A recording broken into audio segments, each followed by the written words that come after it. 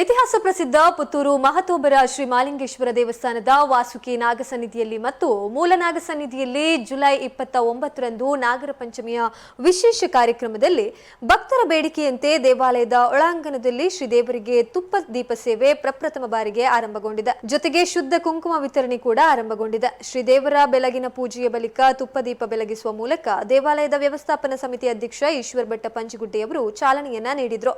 ದೇವಾಲಯದ ಪ್ರಧಾನ ಅರ್ಚಕ ವೇದಮೂರ್ತಿ ವಸಂತ ಕೆದಿಲಾಯ ಪ್ರಾರ್ಥನೆಯನ್ನ ಸಲ್ಲಿಸಿದ್ರು. ಶ್ರೀ ದುರ್ಗಾ ಗುಡಿಯ ಮುಂದೆ ಶುದ್ಧ ಕುಂಕುಮ ಅರ್ಪಣೆಗೆ ಚಾಲನೆಯನ್ನ ನೀಡಲಾಯಿತು. ದೇವಾಲಯದ ಪ್ರಧಾನ ಅರ್ಚಕ ವೇದಮೂರ್ತಿ ವಿಎಸ್ ಭಟ್ ಅವರು ಪ್ರಾರ್ಥನೆಯನ್ನ ಮಾಡಿದ್ರು. ಈ ಸಂದರ್ಭ ದೇವಾಲಯದ ವ್ಯವಸ್ಥಾಪನಾ ಸಮಿತಿ ಸದಸ್ಯರಾದ ವಿನಯ್ ಸುವರ್ಣ, ಸುಭಾಷ್ ರೈ ಬೆಳ್ಳಿಪಾಡಿ, ಈಶ್ವರ ಬಡೇಕಾರ್ ಸಹಿತ ಹಲವಾರು ಮಂದಿ ಉಪಸ್ಥಿತರಿದ್ದರು.